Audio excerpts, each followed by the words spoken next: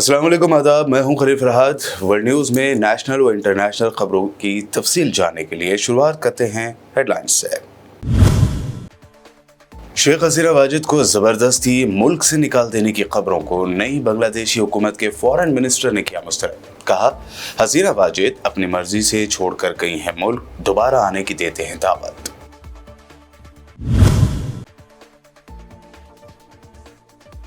America, Israel और middle east के कई कंट्रीज ज़लज़ले से लरज़ उठे।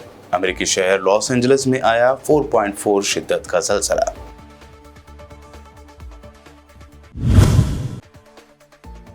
आइंदा 24 घंटों में इसराइल पर हमला कर सकता है ईरान। बरतानवी मीडिया का दावा।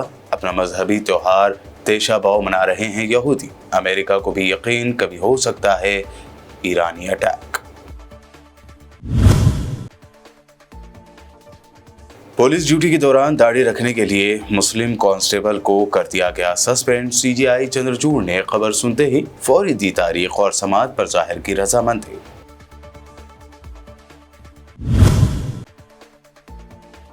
Kolkata doctor rape and murder पर हिंदुस्तान भर में डॉक्टरों की हड़ताल। सरकारी अस्पतालों में मरीजों की जान पर बनाए कातिल को सजा देने का मुतालबा।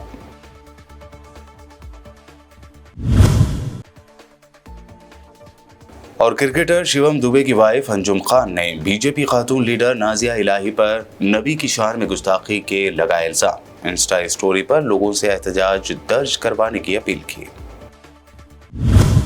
और पेश है खबरों की तफसील। बांग्लादेश की अबूरी हुकूमत के फॉरेन मिनिस्टर साबिक वज़ीर आज़म शेख हसीना वाजिद के जबरी तौर पर मुल्क बदर किए जाने के दावे को उन्होंने मुस्तरद कर दिया है। गैर मुल्की मीडिया के मुताबिक बांग्लादेश की वजारत दाखिला उमूर के सरबराह brigadier general retired Mohammad Sakhawat Hussain ने यह कहा है कि साबिक वज़ीर आज़म शेख हसीना वाजिद को मुल्क छोड़ने के लिए ज़बरदस्ती मजबूर किए जाने का तासुर बेबुनियाद है। हसीना वाजिद अपनी मर्जी से मुल्क छोड़कर गई, उन पर किसी किस्म की दबाव या ज़बरदस्ती नहीं थी, लेकिन वो वापस आने की उन्हें हम दावत देते हैं। वो आएं और नए चेहरों के साथ पार्टी को दोबारा मुनज़्ज़म करें। ज़लज़ले के झटके से अमेरिका, इसराइल और मिडल ईस्ट के कई कंट्रीज की ज़मीन लरज़ उठी है। जियोलॉजिकल सेंटर के मुताबिक अमेरिकी शहर लॉस एंजलिस समेत साउथ इलाकों में महसूस किए जाने वाले झटकों की शिद्दत 4.4 थे। लॉस एंजलिस शहर के मज़ाफ़ाती इलाके एल सिरेनो में ज़लज़लों के झटकों से लोगों में खौफ व हरास फैल गया। एक टीवी चैनल लाइव टेलीकास्ट के दौरान स्टूडियो के दरों दीवार हिलने से एंकर पर्सन भी परेशान हो गए। इस दौरान जॉर्डन, सीरिया के अलावा इसराइल में भी ज़लज़ले के झटके महसूस किए गए। ब्रिटिश मीडिया ने दावा किया है कि ईरान इस्माइल हानिया की शहादत का बदला लेने के लिए आइंदा 24 घंटों में इसराइल पर हमला कर सकता है। बरतानवी मीडिया का कहना है कि मशरिक़ वस्ता में हुक्काम ये समझते हैं कि इसराइल पर हमले का वक्त आ गया है।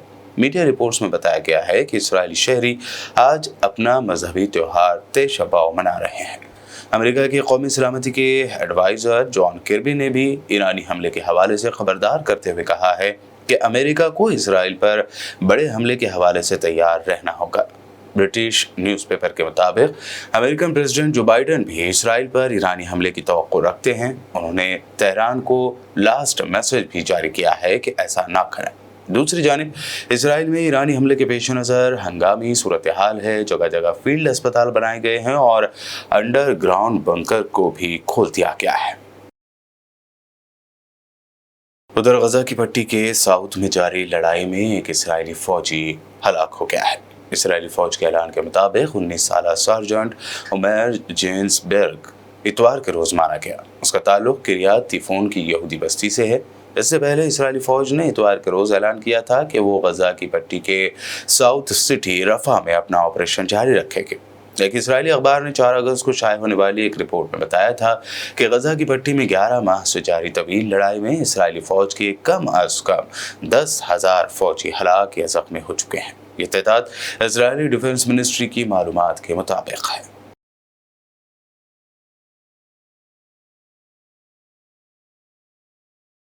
फ़लस्तीन के सदर महमूद अब्बास कल 14 अगस्त से 2 रोज़ा तुर्किया का दौरा कर रहे हैं। तुर्किया के सदर रजब तैयब एर्दोगान दारुल हुकूमत अनक़रा के सदारती सोशल कॉम्प्लेक्स में सदर अब्बास के साथ मुलाकात करेंगे। ये मुलाकात 5 महीनों के वक्फे से तय पा रही है। गजा की पट्टी में इसराइली कत्लेआम, इलाके में इंसानी बहरान और फायरबंदी की कोशिशें एर्दोगान अब्बास मुज़ाकरात में एजेंडे के मौज़ूआत होंगे। इसके अलावा ईरान इसराइल कशीदगी समेत बढ़ते हुए इलाकाई तनाव पर भी बातचीत की जाएगी। सदर महमूद अब्बास 15 अगस्त को तुर्क कौमी असम्बली की जनरल कमेटी से खिताब भी करेंगे। उधर मिडल ईस्ट में बढ़ती हुई कशीदगी के बाद कनाडा ने अपने शहरियों को फौरी तौर पर लेबनान छोड़ने का हुक्म दे दिया है। कनाडा के प्राइम मिनिस्टर जस्टिन ट्रूडो ने कहा कि अगर खित्ते में सूरत हाल मजीद खराब होती है तो हर किसी को वहां से निकालना मुमकिन नहीं हो सकेगा। वज़ीर-ए-आज़म जस्टिन ट्रूडो ने कहा कि इसराइल और हिज़्बुल्लाह के दरमियान तनाज़े में इजाफे का हकीकी खतरा है और कैनेडियन शहरियों को जहां तक मुमकिन हो लेबनान छोड़ देना चाहिए, क्योंकि अगर सूरत हाल मजीद खराब होती है तो कनाडा हर किसी को वहां से नहीं निकाल सकेगा। रूस के सदर व्लादिमीर पुतिन का कहना है कि कर्स्क में घुसने पर यूक्रेन को करारा जवाब मिलेगा। सदर व्लादिमीर पुतिन ने कहा कि यूक्रेन मुल्क के जुनूब में दरअंदाजी के जरिए रूसी इस्तेहकाम को नुकसान पहुंचाने की कोशिश कर रहा है। उन्होंने खबरदार किया कि यूक्रेन को मुनासिब जवाब मिलेगा। गुज़िश्ता हफ्ते यूक्रेन की अफवाज ने रूसी सरहद के अंदर कर्स्क के इलाकों के हिस्सों को घेर लिया था। ये 2022 में मुल्क में रूस की जंग के आगाज के बाद से सरहद पार यूक्रेन की सबसे बड़ी दरअंदाजी है। सऊदी अरब के महकमा मौसमियात की जानिब से इस हफ्ते के दरमियान तक मुमलिकत के मुख्तलिफ इलाकों में बारिशों का सिलसिला जारी रहने का इम्कान जाहिर किया गया है। रिपोर्ट के मुताबिक general directorate of civil defence ने रियाज, मदीना मुनव्वरा और निजरान रीजन में मौसमी सूरत हाल के पेश नज़र एहतियात और हिदायत पर अमल की ज़रूरत पर जोर दिया है। बयान के मुताबिक मौसम की सूरत हाल से मुतालिक हिदायत पर अमल किया जाए। डैमों, वादियों और नशेबी मकामात के करीब न जाने की सख्ती से हिदायत की गई है। ईरान में इंतहाई सख्त मौसमी अलर्ट के दरमियान जंगलात में कई मकामात पर आग लग गई, जिससे उठने वाले धुएं ने ईरान के दारुल हुकूमत एथेंस को ढांप लिया। पहली बार मुल्क में जून और जुलाई रिकॉर्ड तौर पर गर्म तरीन महीने रहे हैं।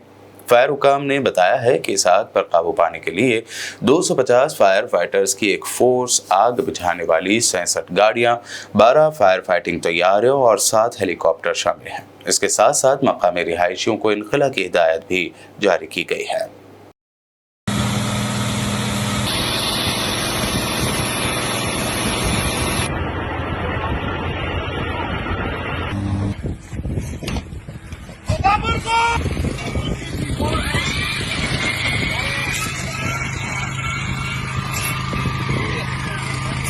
बुलेटिन में खबरों का सिलसिला लगातार यूं ही जारी रहेगा। फिलहाल रुकते हैं एक छोटे से ब्रेक के लिए।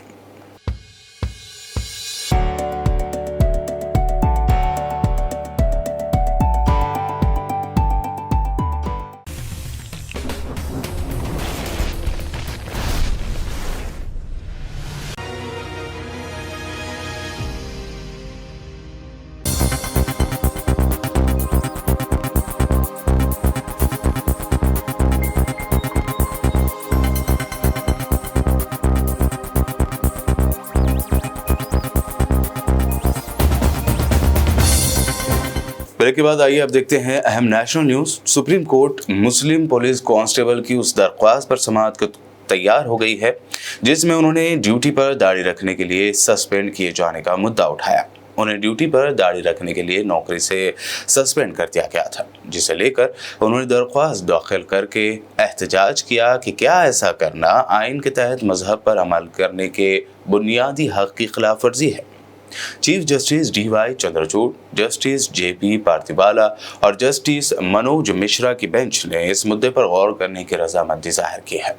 सीजेआई चंद्रचूड़ ने कहा, यह आइन का एक अहम मुद्दा है। हम इस मामले को नॉन मिसलेनियस डे पर समाअत के लिए लिस्ट करेंगे। कोलकाता में एक ट्रेनी डॉक्टर के साथ रेप और मर्डर की मुखालिफत में federation of resident doctors association यानी फोर्डा की हड़ताल गैर मुय्यना मुद्दत के लिए जारी रहेगी। सेंट्रल हेल्थ मिनिस्ट्री के ओहदेदारों के साथ हुई मीटिंग में कोई हल नहीं निकल पाया, जिसके बाद ये हड़ताल जारी रखने का ऐलान किया गया।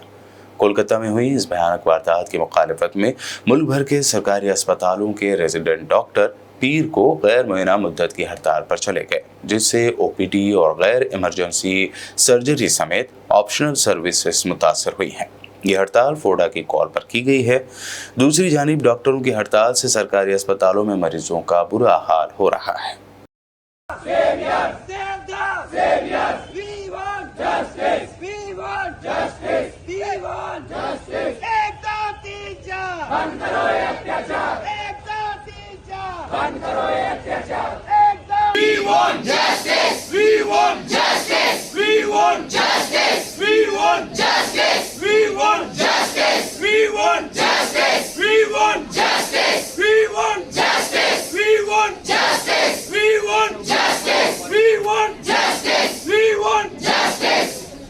हम महिला सुरक्षा के समर्थन में एकजुट होकर यहाँ पर सब खड़े हैं, सब बैठे हैं अपना सिर झुकाकर। कोलकाता के आरजीकर मेडिकल कॉलेज में हमारे सहकर्मी के साथ ये जो अपराध हुआ है, इससे हम सब असहाय व असुरक्षित महसूस करते हैं। ड्यूटी के दौरान उनका बलात्कार व उनकी मृत्यु कर दी गई। ये इतनी दुख भरी बात है कि ड्यूटी के दौरान किसी का ऐसा हर्ष किया जा सकता है। इंडियन क्रिकेट टीम के ऑलराउंडर खिलाड़ी शिवम दुबे की वाइफ अंजुम खान ने इंस्टाग्राम पर एक स्टोरी लगाते हुए बीजेपी माइनॉरिटी मोर्चा लीडर नाजिया इलाही पर नबी की शान में गुस्ताखी का इल्ज़ाम लगाया और उसकी गिरफ्तारी की मांग की है। अंजुम खान ने इंस्टा स्टोरी में लिखा है कि नबी की शान में गुस्ताखी करने वालों पर अगर आपको गुस्सा नहीं आता है तो आपका ईमान मर चुका है। अगर आपका ईमान जिंदा है तो मेरे साथ लिखिए #अरेस्ट नाजिया इलाही खान। उन्होंने आगे ये भी लिखा कि सभी साथियों से गुजारिश है कि अब इस नाजिया खान की खबर लेने का वक्त आ गया है।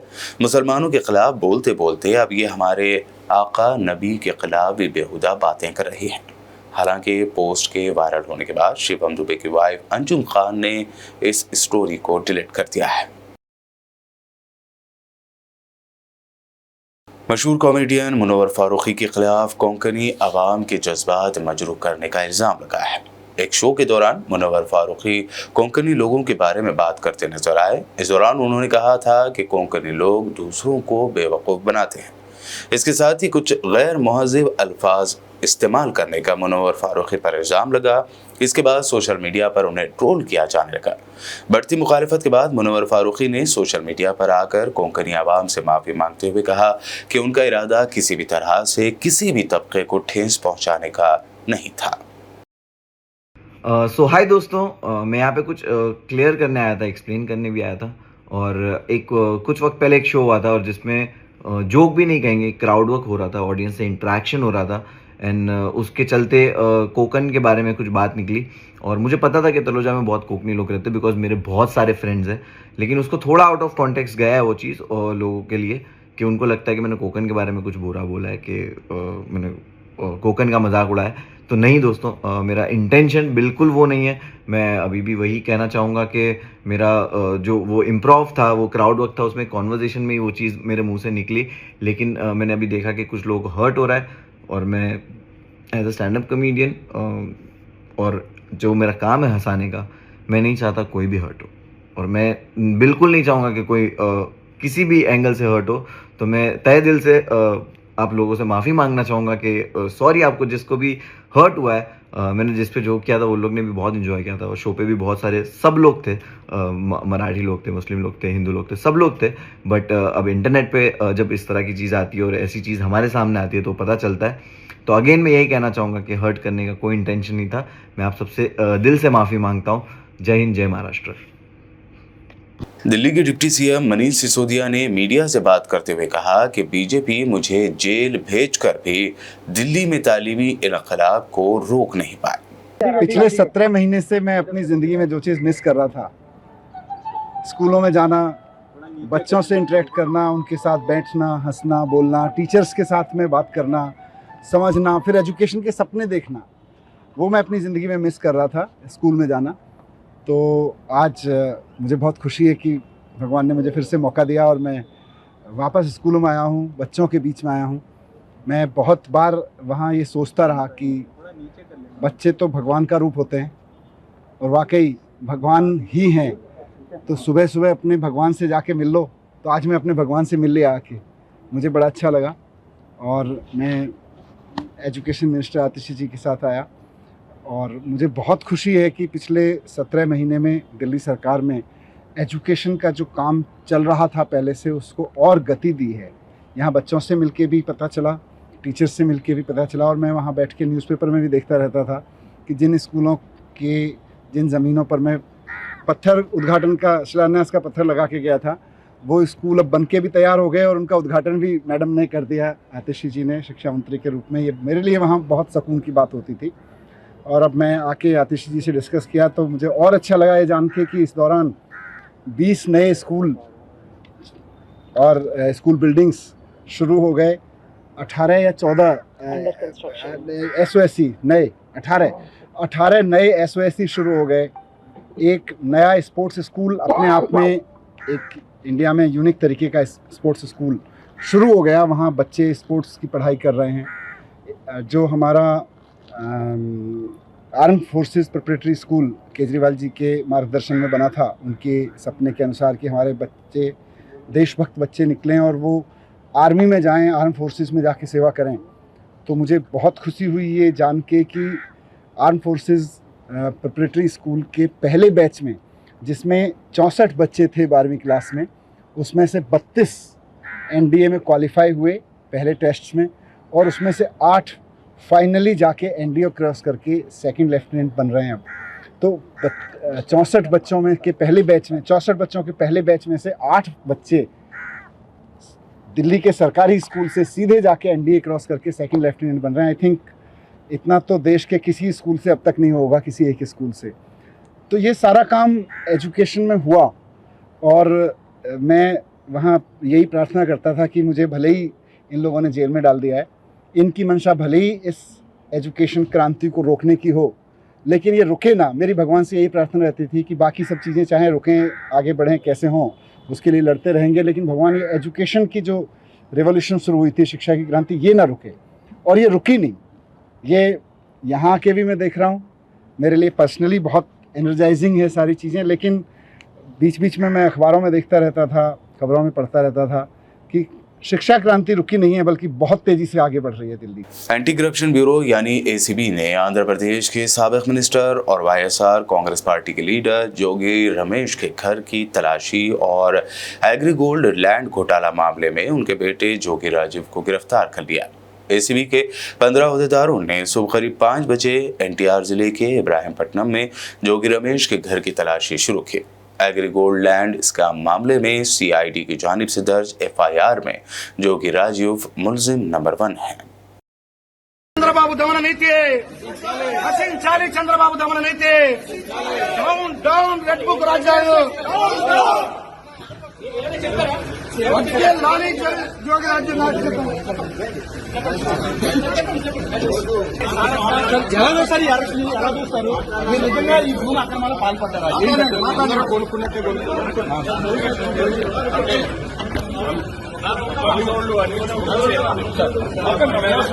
మేము అలాగే ఈనాడు పేపర్లో వాళ్ళు ప్రకటించారు, మేము కూడా ప్రకటించాము.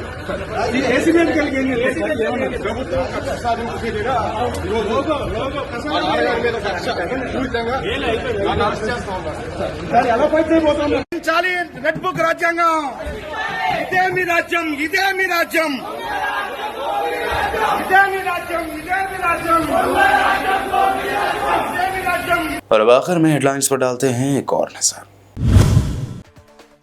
शेख हसीना वाजिद को जबरदस्ती मुल्क से निकाल देने की खबरों को नई बांग्लादेशी हुकूमत के फॉरेन मिनिस्टर ने किया मुस्तरद।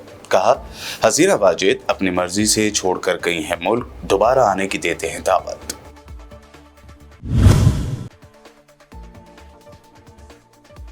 अमेरिका, इसराइल और मिडल ईस्ट के कई कंट्रीज ज़लज़ले से लरज़ उठे। अमेरिकी शहर लॉस एंजलिस में आया 4.4 शिद्दत का ज़लज़ला।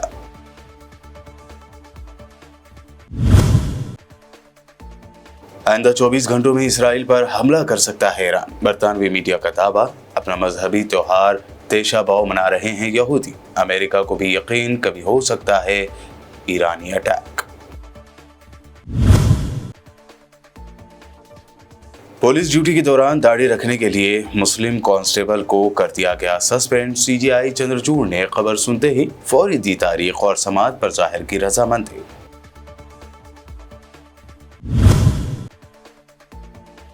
Kolkata doctor rape and murder पर हिंदुस्तान भर में डॉक्टरों की हड़ताल। सरकारी अस्पतालों में मरीजों की जान पर बनाए कातिल को सजा देने का मुतालबा।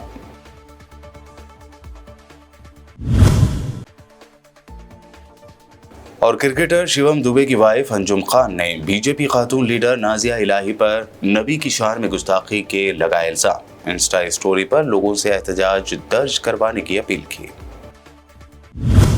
वर्ल्ड न्यूज में अभी आपने देखी अब तक की अहम नेशनल व इंटरनेशनल न्यूज। मज़ीद ताज़ा तरीन अपडेट्स और दिलचस्प प्रोग्राम्स के लिए देखते रहिए BPN चैनल।